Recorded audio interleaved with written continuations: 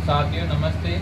आज हम अध्याय 3 दो चर वाले रैखिक समीकरण युग्म के जितने भी उदाहरण हैं वो सारे सॉल्व करेंगे। तो हमारा पहला उदाहरण है, ग्राफ द्वारा जांच कीजिए कि समीकरण युग्म यानी ये दोनों समीकरण संगत है। यदि ऐसा है तो उन्हें ग्राफ द्वारा हल कीजिए। यानी हम इन दोनों समीकरणों की सहायता से ग्राफ बनाना है। अब वो ग्राफ संगत है या असंगत, पहले वो चेक करना है। यदि वो संगत है तो उसमें हम कोई हल निकलता है तो वो हल भी बताना है। देखो, हम जानते हैं दो समीकरण हमें दी जाती है, उनसे हमें रेखाएं प्राप्त होती है। क्योंकि यहाँ समीकरण युग्म दो समीकरण युग्म है तो हमें दो रेखाएं प्राप्त होगी। अब ये दोनों रेखाएं संगत कब होती है?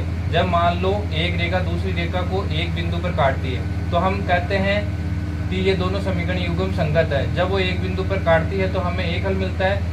कितना भी हल मिलता है, एक हल मिलता है। या फिर मान लो एक रेखा के ऊपर ठीक दूसरी रेखा पर एक रेखा स्थित है तो यहाँ पर यह हमें अनेक बिंदुओं पर एक रेखा दूसरी रेखा को काट रही है तो हमें यहाँ भी हल मिल रहे हैं। लेकिन कितने हल मिल रहे हैं? अनेक हल मिल रहे हैं, ठीक है। और असंगत कब होते हैं? जब मान लो एक रेखा दूसरी रेखा के समांतर है तो हम कहते हैं कि समीकरण युग्म क्या है? असंगत है। क्योंकि ये दोनों रेखाएं एक दूसरे को कभी नहीं काटेगी, और जब कभी नहीं काटेगी तो हमें हल मिलेगा ही नहीं। इसका मतलब हल मिलते हैं तब वो समीकरण युग्म संगत होते हैं, और जब कोई हल नहीं मिलता है तो वो समीकरण युग्म असंगत होते हैं। हमें पहले ही बोल दिया गया है कि ये दोनों समीकरण क्या है? संगत है। और हम इसका क्या है? ग्राफ बनाना है।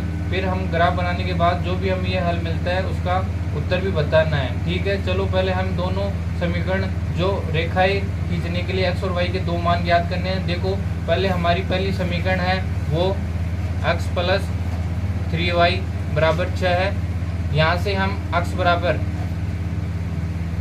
जीरो रखेंगे तो हमें y का मान प्राप्त हो जाएगा। y का मान के लिए हमें क्या करेंगे? x बराबर 0 रखेंगे तो हम क्या करेंगे? 3y बराबर 6 कर देंगे। यहाँ से y की वैल्यू कितनी आ जाएगी? 6 अपॉन कितनी हो जाएगी? 3। तो हमें y बराबर कितना प्राप्त हो जाएगा? 2। जब हम x बराबर 0 रखेंगे तो y बराबर हमें कितना प्राप्त हुआ? 2। इसी प्रकार हम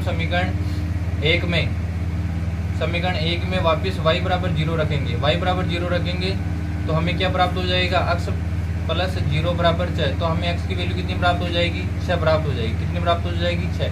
इसी प्रकार समीकरण 2 हमारा क्या दे रखा है? 2x माइनस के 3y बराबर 12 दे रखा है। यहाँ पे हम जैसे ही x बराबर 0 करते हैं तो हमें y की वैल्यू प्राप्त हो जाएगी। y की वैल्यू कितनी प्राप्त हो जाएगी? तो हमें y की वैल्यू कितनी प्राप्त हो जाएगी? माइनस की 4 प्राप्त हो जाएगी। कितनी प्राप्त हो जाएगी? माइनस की 4। इसी प्रकार जब हम y बराबर 0 रखते हैं तो समीकरण में 2x माइनस 0 बराबर 12 है। यहाँ से x की वैल्यू कितनी आ जाएगी? हमें 12/2। तो x की वैल्यू हमें कितनी प्राप्त हो जाएगी? 6 प्राप्त हो जाएगी। कितनी प्राप्त हो जाएगी? 6 प्राप्त हो जाएगी। अब हम इनका ग्राफ